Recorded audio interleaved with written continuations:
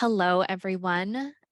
Welcome to day 2 of Santa Rosa Zine Fest 2023.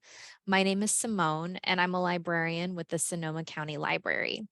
We are thrilled to partner with Santa Rosa Zine Collective to bring you this year's Zine Fest.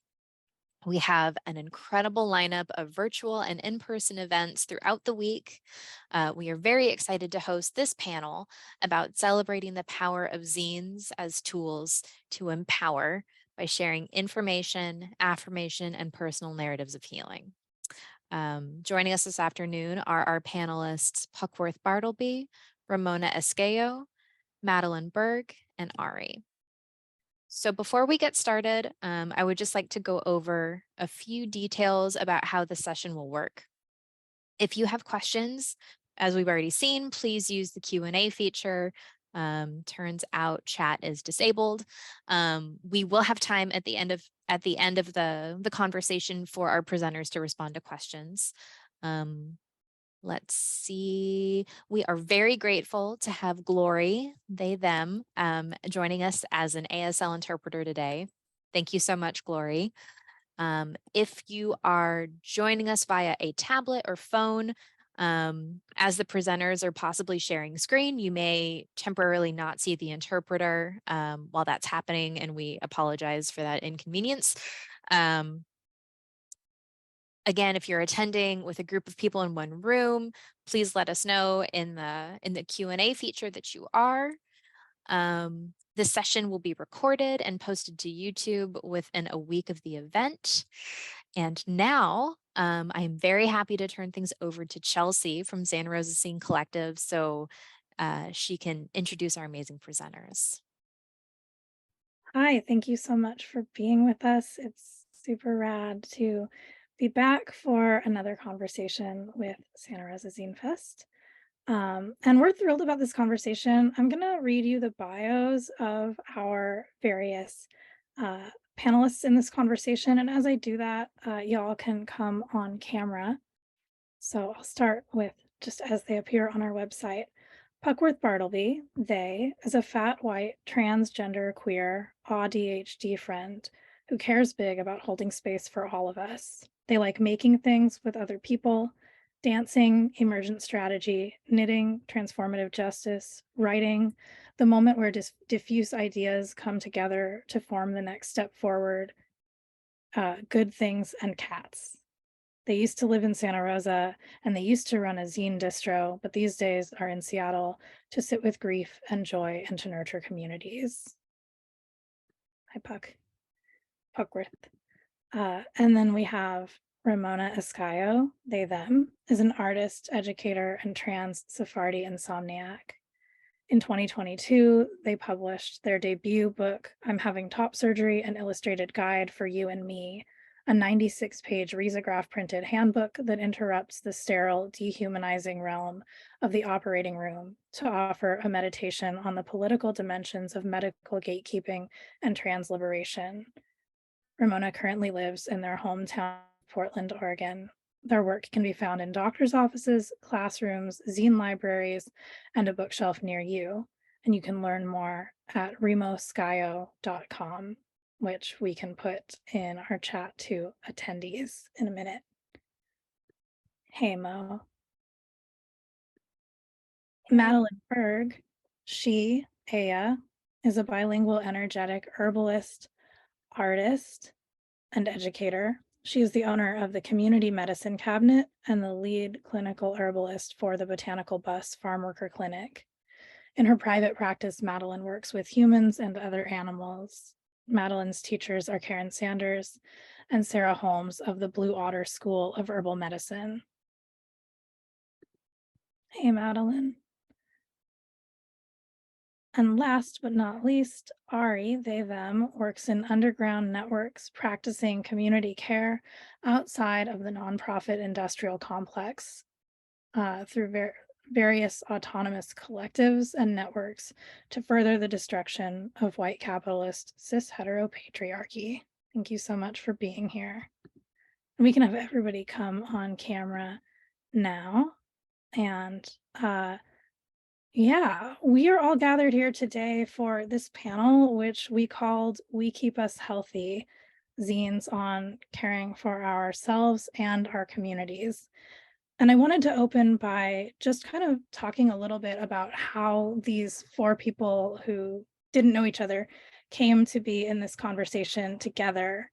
Santa Rosa Zine Collective got a really awesome pitch from Eskayo, who was unknown to us at the time when they reached out, but we learned about their zine on top surgery and also on presentations that they've given in the Portland area, um, which have been about empowering trans community members to share medical knowledge that is often not visible, and just knowledge about health and care in a broad sense, knowledge that often isn't available within our sterile medical systems, as they pointed out. Uh, and we started thinking about some folks that we know in community. Um, my collaborator Melissa knows Madalyn through their work with Community Medicine Cabinet, and we knew of Ari's work. We knew Puckworth as friends to this day, but friends from their time in Santa Rosa. And so he came to mind. Puckworth had made a zine collaboratively with trans folks locally here on uh, reminders. I'll let Puck elaborate on what those reminders were about. But we started thinking of healthcare in this broader sense and on how marginalized communities and intersecting communities often have to share knowledge and inspiration with one another uh, to do radical care outside of the systems that are supposedly set up to protect us all. And so I wanted to open with that question for all of you. I'm going to go to Mo first, and I'll let you take it from there. How do you conceive of health and care and the collective work of doing that within the communities that you're a part of? Yeah, thank you so much. And thank you for joining us together today. How I conceive of health and care. I think much of my book, which I'll just kind of share up right here, it's an illustrated book. And I think for me, thinking about health and care, as well as just someone who makes images, is just like, it's not really confined to something that you're going to experience at the doctor's office.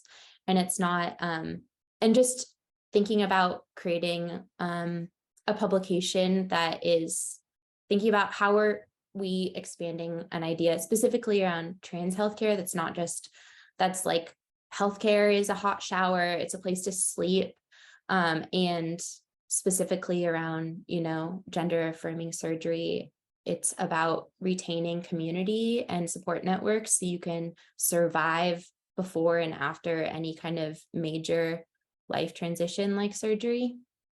So that's kind of, I guess, maybe where I'll start, is thinking about it, I guess, through more holistic, but specifically around, community and connection. Maybe I can pass it over to Puckworth. Yeah, so community connection and finding knowledge and sharing knowledge that we don't have access to, even though we all should, even though we all need it. I'm a chronically ill, disabled trans kid. I've been out as genderqueer since before 2000. And so it's been a while, and I still see the same people asking the same questions. And so I love that we can create resources for each other to provide support, even when we don't have access to the internet, even though we don't necessarily have people who are going through the same stuff nearby. So that's a short version of my answer. If we want to toss it over to Ari. Hi, thanks for having me. I think about this kind of stuff a lot in terms of like my everyday,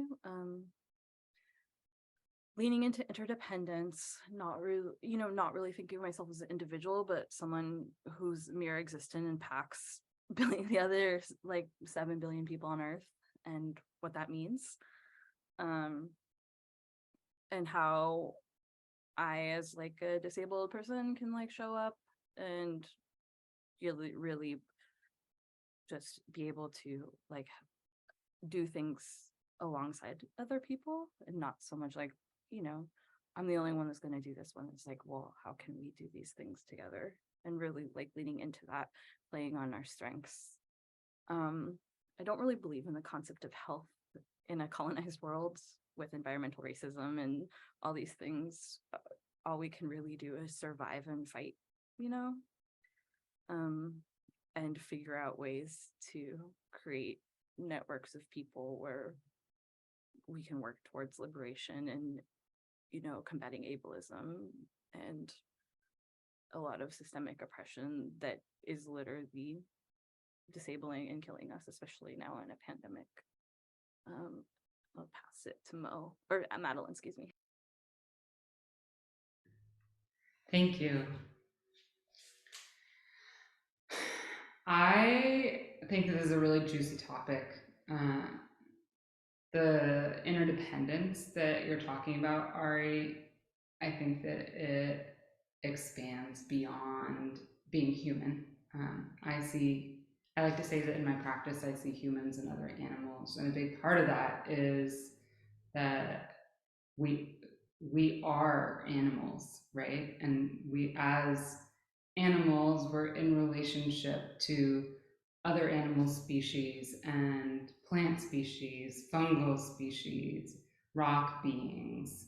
And I think that the medicalized definitions of health, I totally agree, they're not accessible to pretty much anyone in our society. And my path to being a clinician really came out of a inability to access that so-called health within the context of medicine. And so as a person who's really struggled with chronic illness my whole adult life and most of my childhood,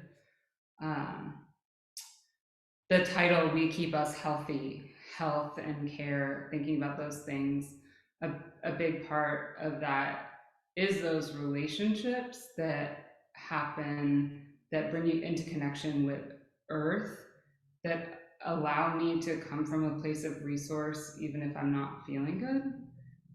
And there are also these very human relationships that mean that I get to offer one thing, another person gets to offer another thing, and we build a web of relationship where we do get to take care of each other. And I really believe that self-care flies in the face of that.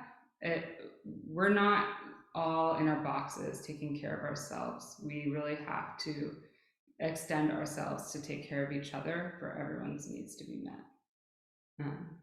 Yeah, thank you. I'm curious too, I think I'm the last one that's answered this question, yeah. I would love to hear ways that all of you are kind of creating those networks of care.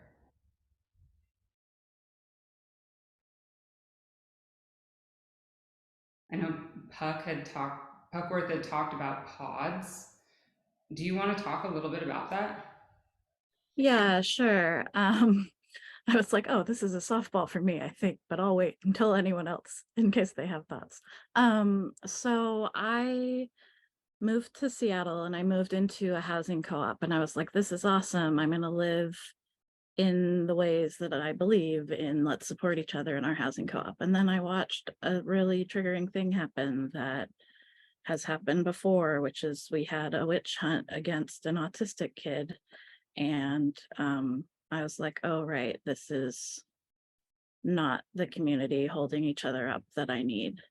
And I realized Mia Mingus is working with I think it's the Bay Area Transformative Justice group. Yeah. Well, it was the Bay Area Transformative Justice Collective, and now it's Soil TJP is where it's hosted.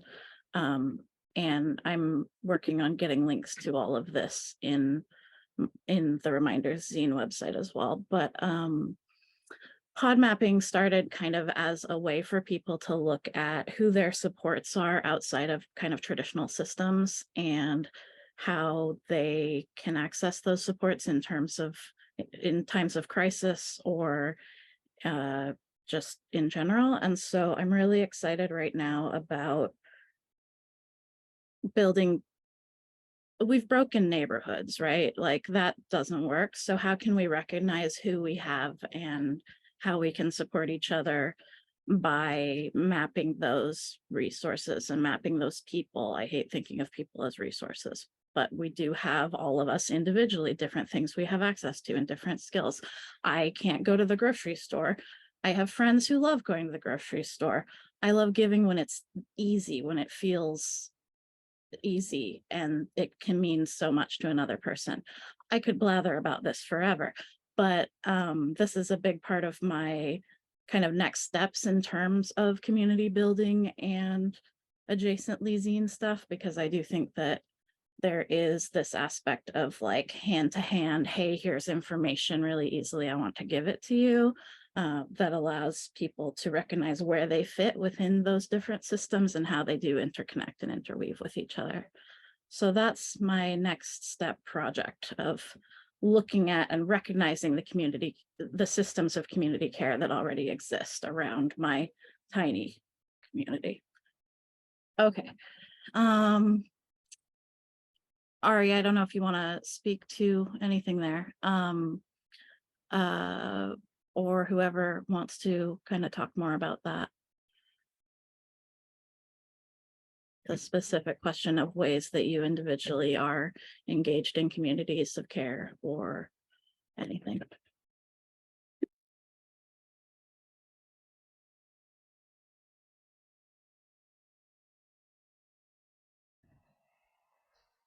I guess one thing that I notice, even just for myself, is that it's often something that is easier to talk about than it is to do in practice.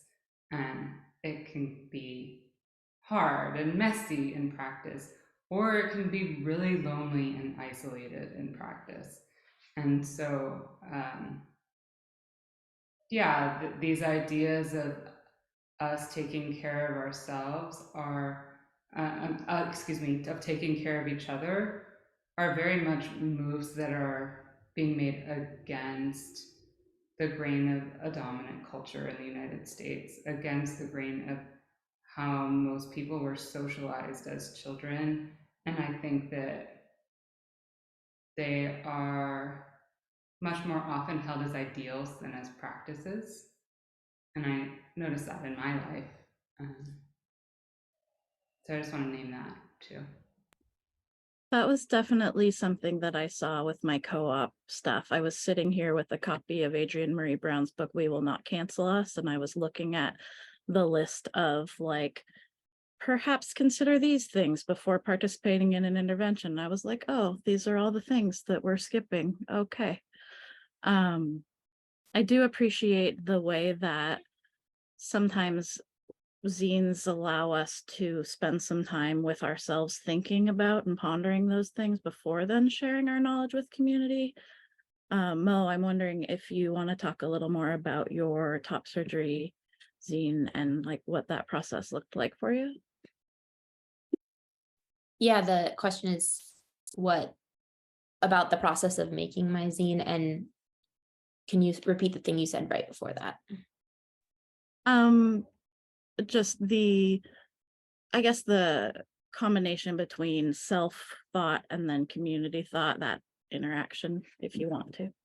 Yeah, thank you. I think my first thought that I'm having, kind of just looping back to the theme of we keep us healthy, of just like who is we, and just I think being cautious in like speaking to a large like trans community, or like who is going to pick this up, and just being like realistic about access, and like steering away from like the broad sense of like one resource is going to be supportive to everyone.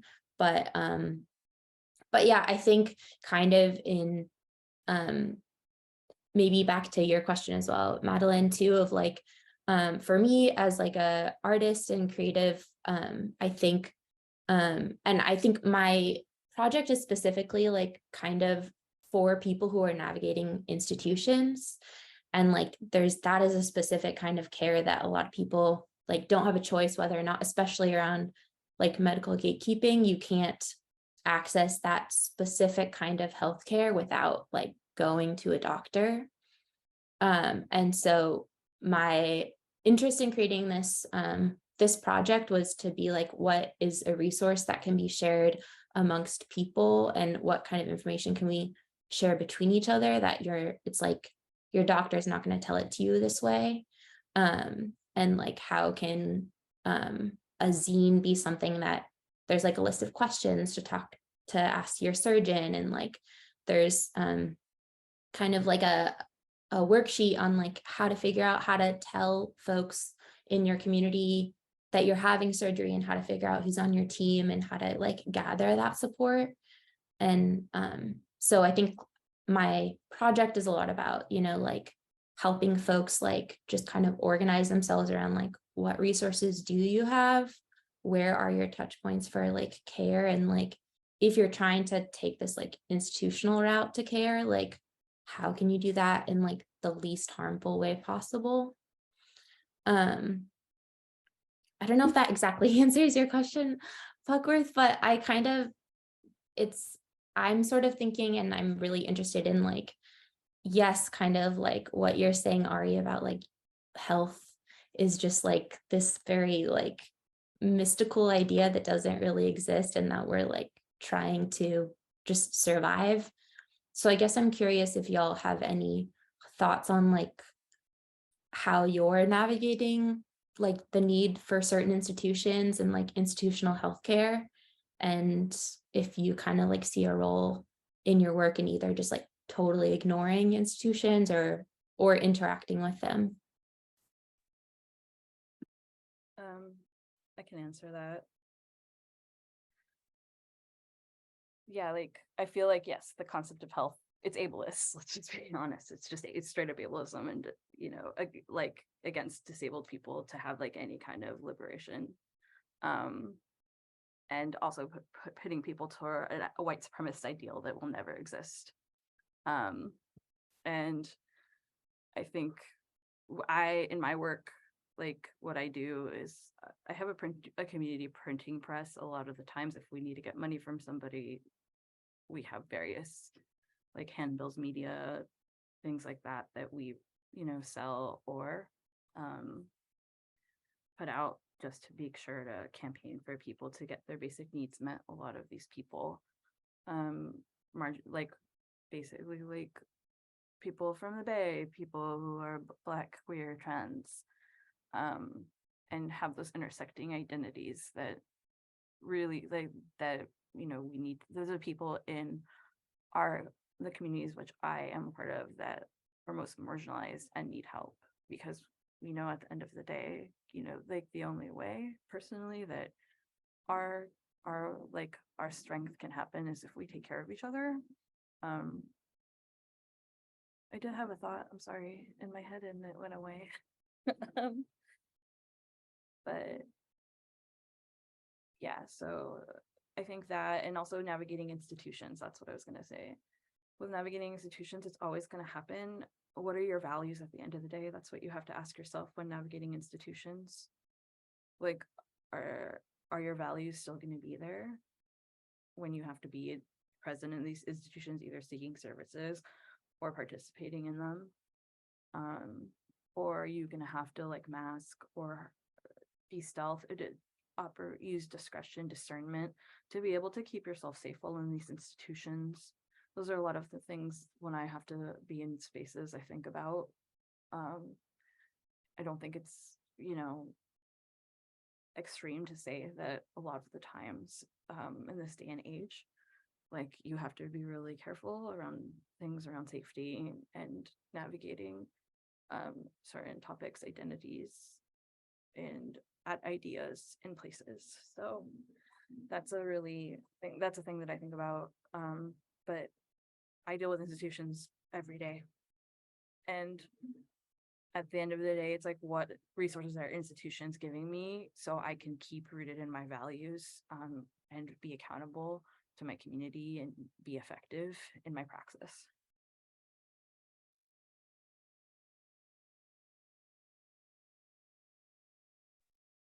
Yeah, Madalyn, I'm curious if you have any thoughts on institutions too. Yeah. Well, I think I have kind of I'm not sure whether to take the personal or the more like broad in my practice approach to answering this question. Maybe I'll take a stab at half and half, but especially in the last few years since the pandemic,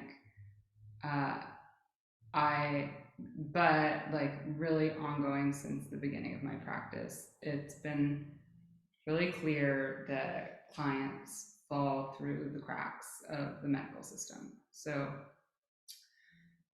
I think we are all in agreement about that, and that is definitely a source of feelings in my life.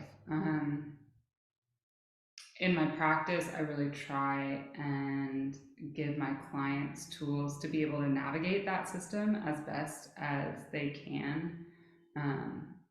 And I feel like you almost need some level of professional practice, or for those of us that are chronically ill, like a lot of experience being failed by the medical system, trying to access resources to try and like learn how to navigate the medical system. So that's one piece. I think I became an herbalist in large part because I had an illness that wasn't being helped by Orthodox medicine. I also do think that there is good there. I broke my leg in 5 places when I was a kid. I have 2 legs because of Orthodox medicine. And it is complicated. Like Ari is talking about the nonprofit industrial complex. And I hear Ari and agree in a lot of ways that the nonprofit system is super problematic. And I work for a nonprofit, and its existence was created for and is able to pay a pretty big group of Latina and Latine people to offer healthcare to our Latino community in Sonoma County. And I think that that's important, and it's complicated by the way that we get funding. I'm not going to pretend that it isn't. But I'm glad to be doing that work. So I don't know. I think that question, I appreciate what you said, Ari, about like doing what you do and interacting with the systems that you interact with in a way that you get to live your values. And I think that I'm imperfect at doing that for sure. And it's a question that I keep coming back to.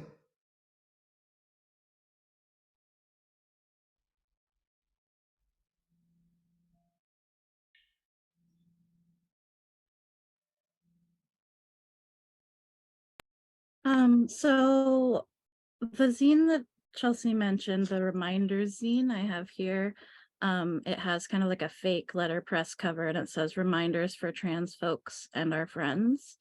And it's something that came out of something kind of that Ari mentioned in terms of how we interact with institutions, because when I was working with Positive Images, we had it turned out to be called a trans resilience group at the time. It was just going to be the trans discussion group. And one week we got together and we made this list of reminders to ourselves. So you are not too much. You don't need to apologize. You are perfectly correct. Your identity doesn't make you ineligible. You're not a distraction. Gender norms are colonial BS. it's probably not your fault. That was initially, it's not your fault, but we had some people who wanted to give space for, yeah, it could be your fault. You matter and your feelings matter. You are valid. You are worth taking care of yourself. Our ability to survive should not be based on our ability to fit into boxes. One of those boxes being capitalism. So Melissa actually from the Zine Collective did this. It was, I think, maybe Melissa's first kind of calligraphy word illustration project. And then on the other side, we have different local and not local artists did some kind of drawings and illustrations of them. And I love it. It was little, it was easy, it was a bunch of different people coming together to work on it. And you can get a copy at bit.ly/reminderszine, which I'm gonna type into the chat. I just broke the website, but I think it'll still work. DERSCINE. Yeah, Melissa's first lettering project, and is cute and adorable. And so I really love this project because it was a community project. It was a community project to come up with the things, and then it was a community project to do the illustration. Because it's a tiny one-page mini zine, it was relatively easy to put together, and I think has meant a lot to a bunch of different people.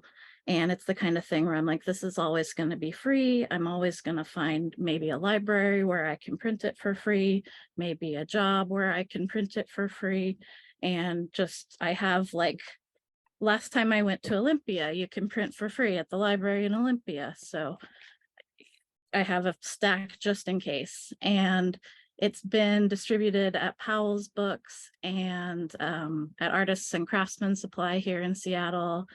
And I realized I need to take some down to Left Bank because they're just down the street, but anyone is welcome to print out copies and hand them out. I had dreams of creating a big version that we could maybe sell to fund the printing of the little version and then to send money to Positive Images. That hasn't happened yet, and it's been a while, but on the website there is information if you want to participate in that as well. But yeah, it's an example of one-page mini zine, share some information, send some love out to people, check. I would love if the other participants in the panel had a single thing or a plurality of things that you all wanted to share, kind of along those lines. Either something that you've made or something that you just find inspiring that other folks have.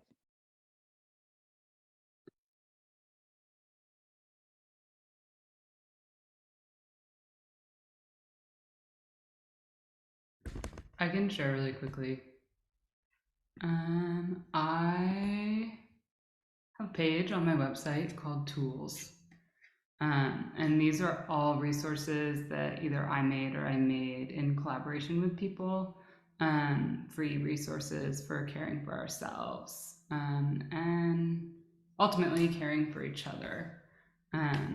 So I'll just walk through them. This one I just did the illustration, some of the illustrations for, but is a really sweet herbal guide around COVID health.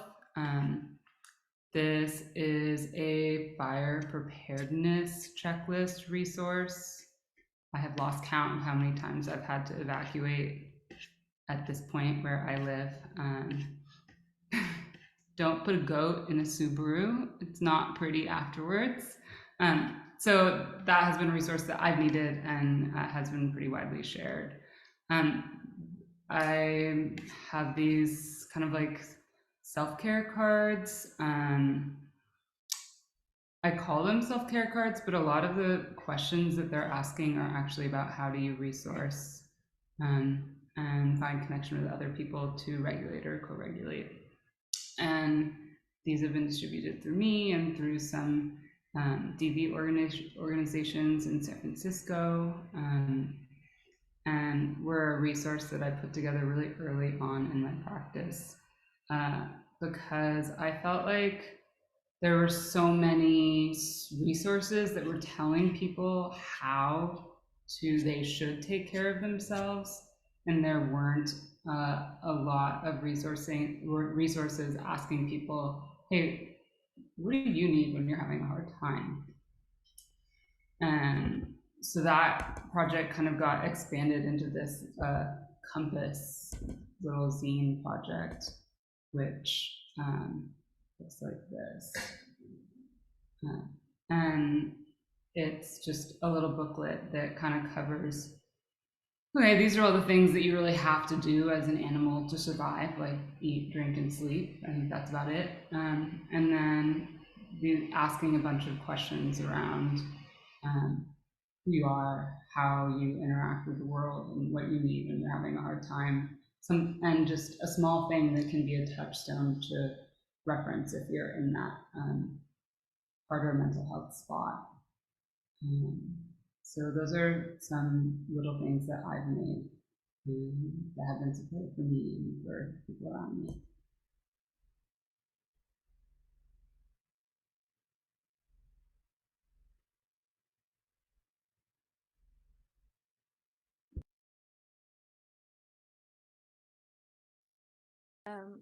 I have a reading list that I made for this workshop. I don't know how the panel or the hosts are gonna get it sent to you, but it's basically a reading list of things that I've been studying the past couple of years that have really helped me understand things like care and disability, anti-Blackness, and translation. All right, I can screen share that in one moment if you want to talk alongside my screen share. Oh yeah, definitely would appreciate it. Thank you.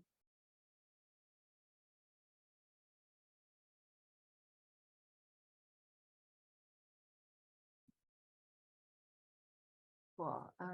One thing that is really awesome is Project Let's. They're like a disability justice organization around abolition and mental health, talking about the medical industrial complex, like like how basically they criminalize mental health. Really great resource. They have a lot of things that I read them on. Nisambuzu Sakama is a Black trans femme writer. I've shared their Medium art website, and they have a lot of writings on there. They have one writing that I unfortunately did not link on here because I thought it was on their Medium, but it's called Black Femme Warrior Queen, and it's a really amazing piece.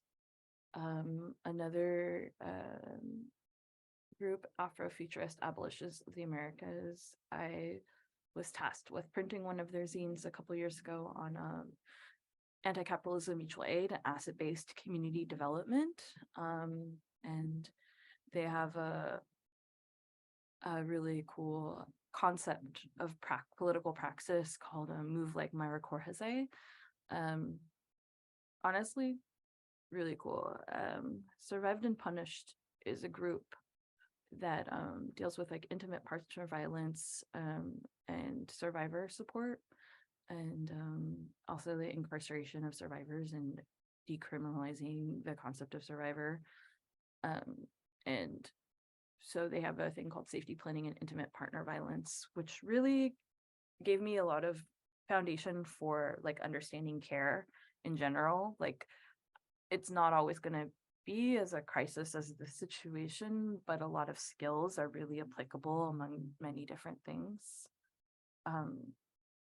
Anonymous group of people from the Pacific Northwest recently released a zine called Notes on Mutual Aid, and it's linked here.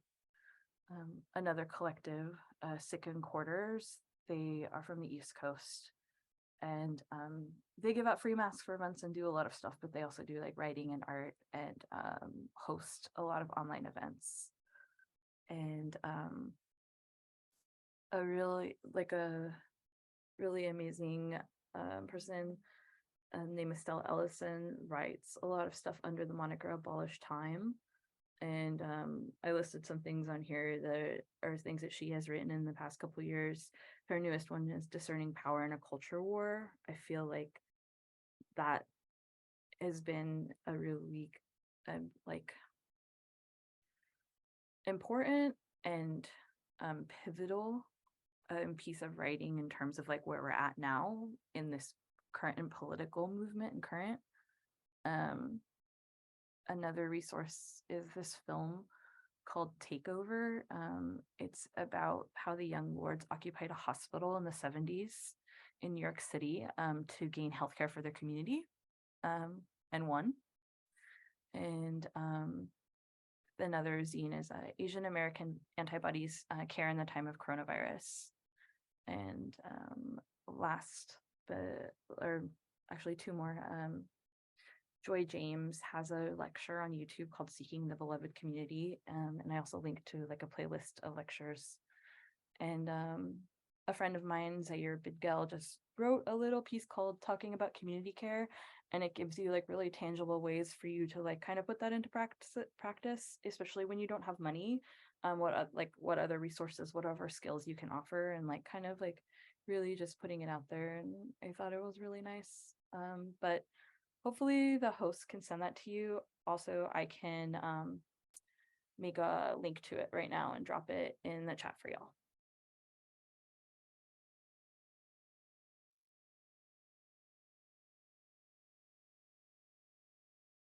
Oh, Chelsea said they'll be sharing in the chat and emailing it after. Thank you.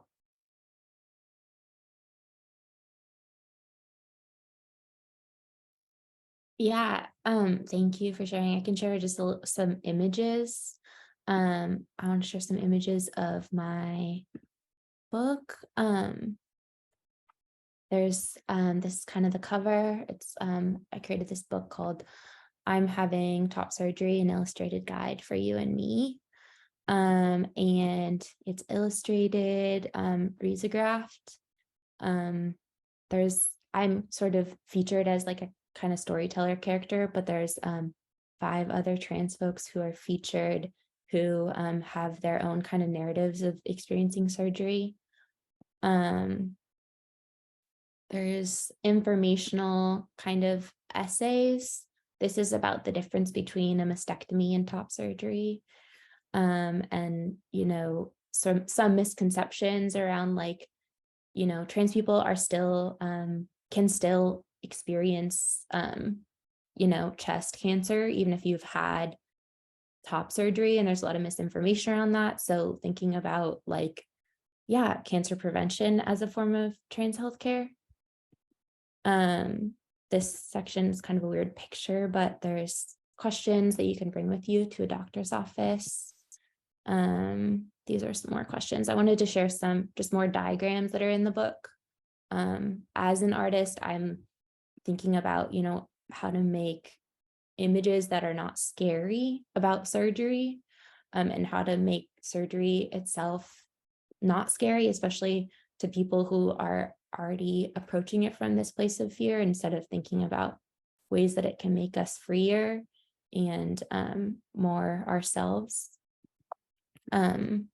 These are some images from folks who are featured in the project, and their own experiences and relationships to their bodies. There's some more kind of like political imagery in the book.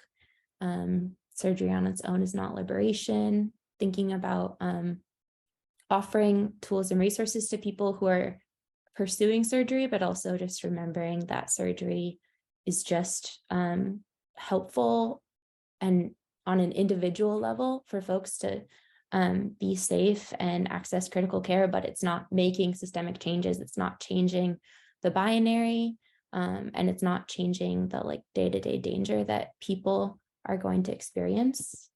Conversations about medical care, some examples specific to Portland, and how colonialism is, you know, like impacting the physical spaces that buildings are built on, hospitals, a huge displacement of Black families with Emmanuel Medical Center for expansion project that still has never happened. I was sort of referencing this image earlier. This is a planning worksheet in the book. And you can kind of use this for any sort of like hard conversation, but thinking about like, I think similar to what you were sharing too, Madalyn, I love the compass. of just like, it's really can be helpful to just have some structure and planning, and trying to figure out who's on your team. And there's some more just kind of general tips. A lot of things that are kind of image based. This is a diagram on how to use drains, what they are. That's something that's really common fear for people pursuing top surgery, is like just people who are squeamish about bodily fluid, which is, fair, and trying to make it feel like equipped so that you don't have to feel scared. And there's also conversation guides for trans folks talking to loved ones and trying to bring people onto their team. And also these are some sort of reflective questions for loved ones on making that building relationships towards connection and away from fracture around these kinds of really big events that we really need people on our side for. Yeah, and then there's also, this kind of leads me to a question that I wanted to like bring back to the group. We sort of referenced COVID, but I kind of was wondering if and how y'all are, or if there's anyone that you're looking to combat COVID denial. And I guess if any of you have any example of any zines that are like combating COVID denial, or just like carrying on like the presence of COVID, even though like we're in a moment where the emergency declaration is about to end. So I'm trying to figure out how to stop it. Okay.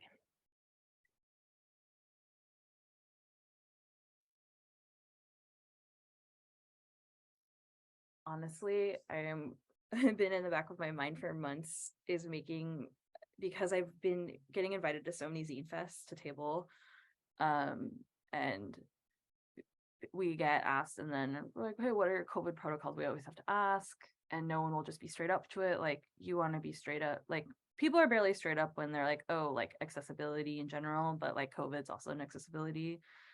But I've been doing a lot of pushback as an individual, just in email, sometimes in public, on social media, in zine community. But I think it's really important, and it's been in my back of my mind, that maybe there needs to be like, there's like a lot of Twitter threads talking about how like have COVID harm reduction in events. Maybe there needs to be one that's geared towards zine community, because people do want to meet in public sometimes. And what are we going to do when that has to happen? Lovely that this event is hybrid, and a lot of events that I attend are hybrid, but there's a lot of events that people like me are excluded out of because they don't want to ask people to mask.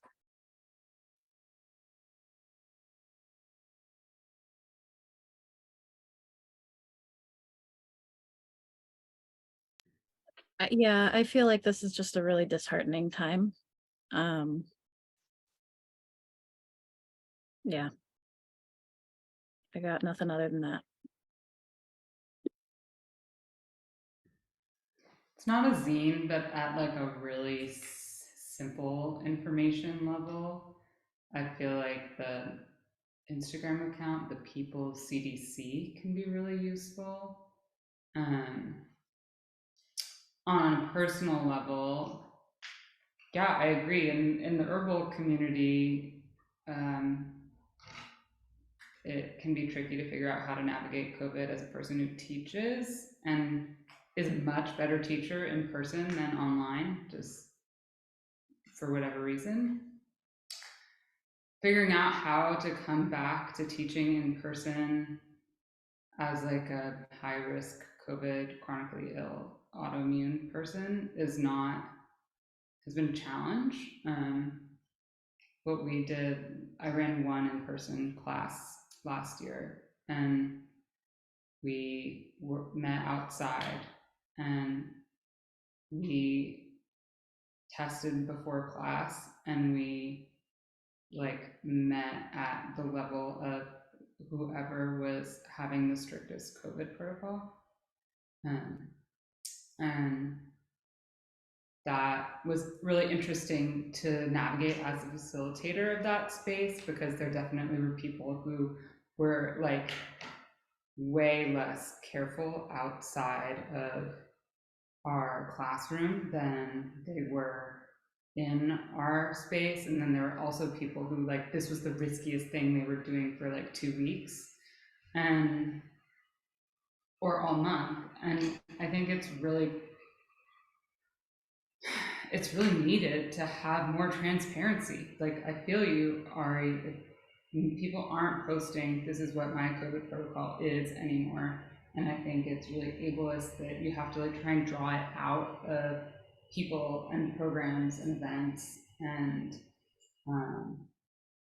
it highlights an existing issue with access. And I think that at the very beginning of the pandemic, there was a lot of like flowery, everyone is understanding what it is to like be stuck at home because you're chronically ill, because you can't leave your house. And like, it's not actually a real understanding of what it is to be in that situation. And people are pretty quick to come back to whatever their normal is as soon as they feel like it's safe to do so, regardless of whether or not it is comfortable for other people. And so I do think it becomes a really tricky issue because we are a species that really values community, really needs connection, including physical connection. And how do we do that in a way that is accessible for people and feels safe? I think that a need for more transparency and a need for more accessible spaces is pretty big right now. Yeah, that disheartening bit, I think, is especially grown for me by the way that at the beginning of the pandemic, people were starting to make a lot more stuff for folks being at home, and there were more ways for folks to be engaged digitally, and then seeing that slip down and down. And the "you are not too much" in the reminders zine is one of those things where, you know, as disabled community as well, it's that like you're asking for too much. And that's one of my reminders to myself for when I'm disheartened, is that no, like we can ask for what we need and try our hardest to push back. And it is exhausting, but it's what we kind of have to do.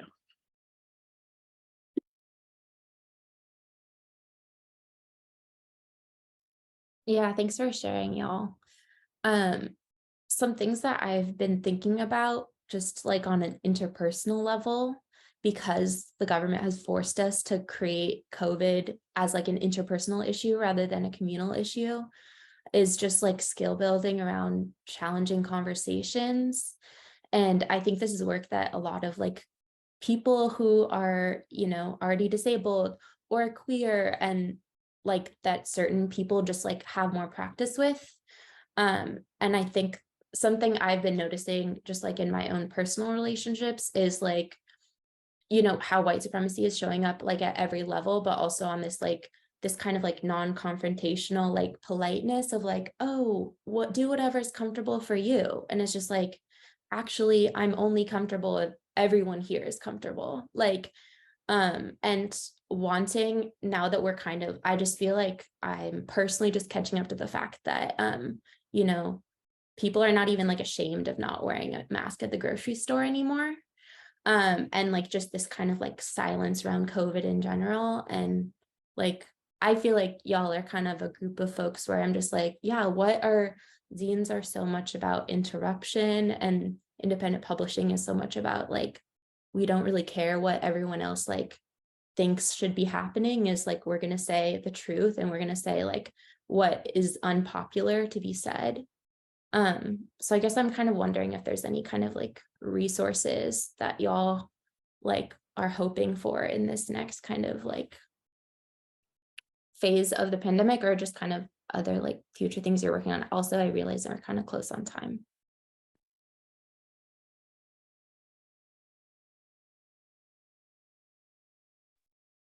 I've realized that I'm not as good at standing up for myself as I am at standing up for other people.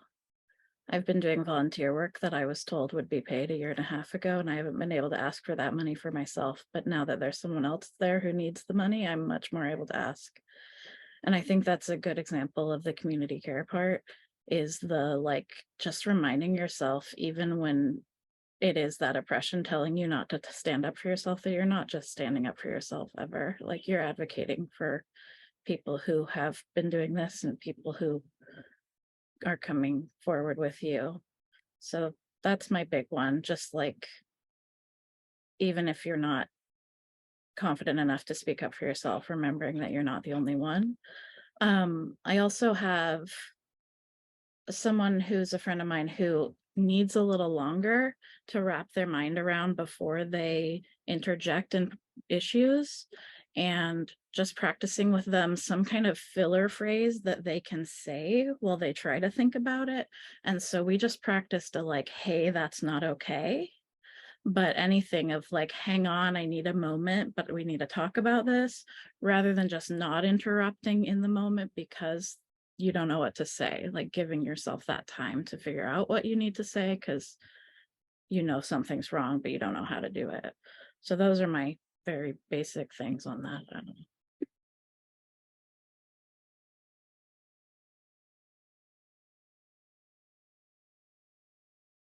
I hope to see more zines by people, and also would love to print them too. I print stuff, but the zines that really put in the struggles of like anti-survivorship, white supremacy, ableism, trans misogyny, understanding that all those have like a ground zero to where they all originate from, and it's the same place. And to be able to put that all in together to into like really seeing how we can work together, and also like putting those ideas all in one place to be able to connect them and to really help other people not feel so alone, and like also help further like political education. I think zines are really important for that.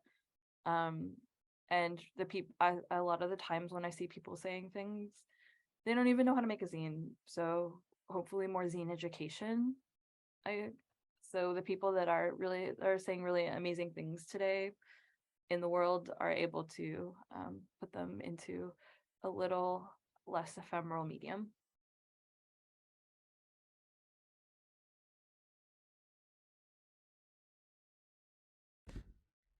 Yeah, and something that I feel like would be a really excellent topic for one of those zines would be to dive into the long COVID issue. Because in addition to the way that COVID uh, has played out in a super ableist way, it also has been this really intensely mass disabling event. And I think that the more we normalize that, the more people are going to be able to access resources and support.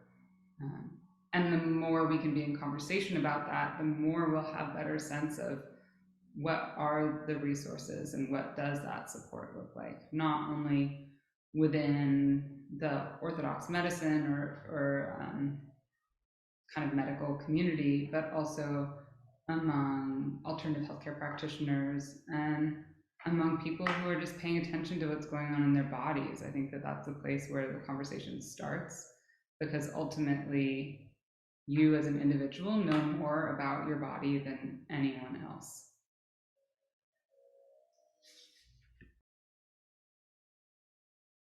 Rimona, before I cut in, I know that you asked this question, but did you have anything else that you wanted to share in response to it?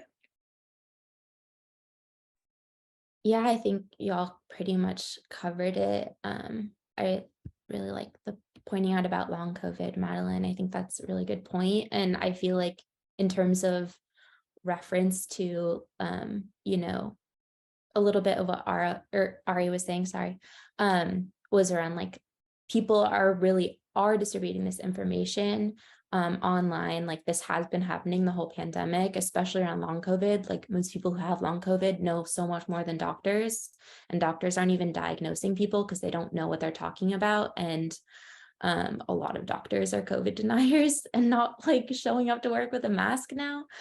Yeah, I love that there's like some zine distro people on this call, and also like, yeah, I am excited about this next phase of COVID being a time when like those folks who are who do have long COVID are getting those like platforms, especially in print.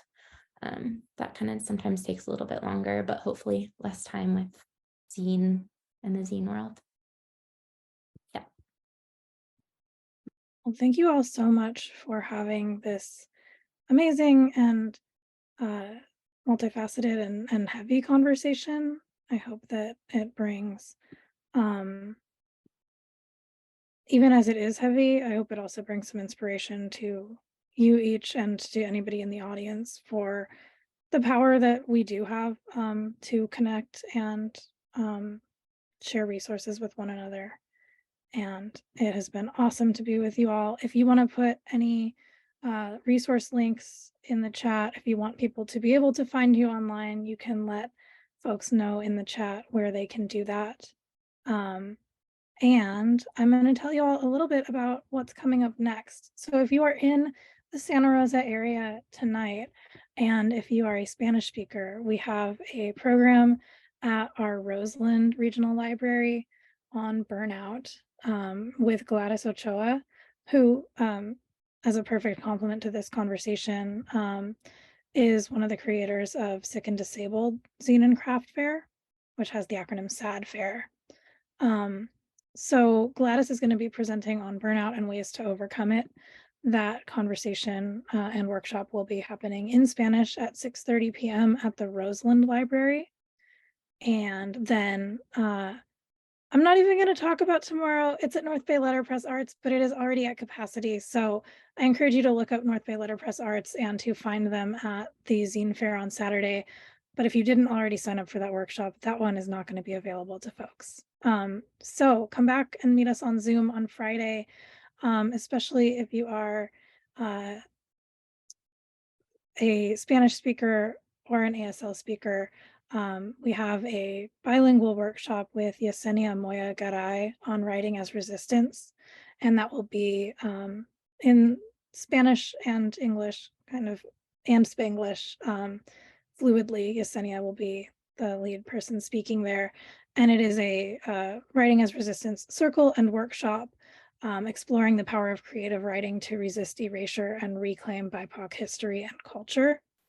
That one is going to be a Zoom meeting, so you will want to be there in real time. And unlike this panel, you will be kind of on camera interacting more.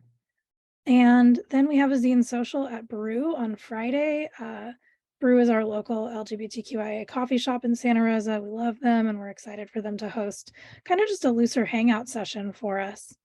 There's indoor and outdoor space at Brew. And then our fair takes place from 1 p.m. to 5 p.m. on Saturday. It is outdoors in the parking lot, the Coddingtown parking lot of the Northwest Regional Library. It's going to be really packed. We're going to have like 40 exhibitors and multiple workshops happening day of. And I'll take this moment to say that if you have any like tote bags or old clothes that you want to silk screen on, there will be a silk screening station with some really awesome posters from Print Organized Protest. You can print onto paper as well if you don't bring something, but it's an awesome way to kind of refresh an article of clothing and make a statement with it. I'm going to turn things over briefly to Simone, our library support here at Zine Fest. And again, thank you all for being with us. It's been a pleasure. Thank you, Chelsea, for that wonderful recap. And thank you to our panelists. That was a really moving and eye-opening conversation, at least for me, and hopefully for others attending as well. And to everybody else still here, thank you all so much, and look forward to seeing you at further events. All right. Thank you so much. Take care.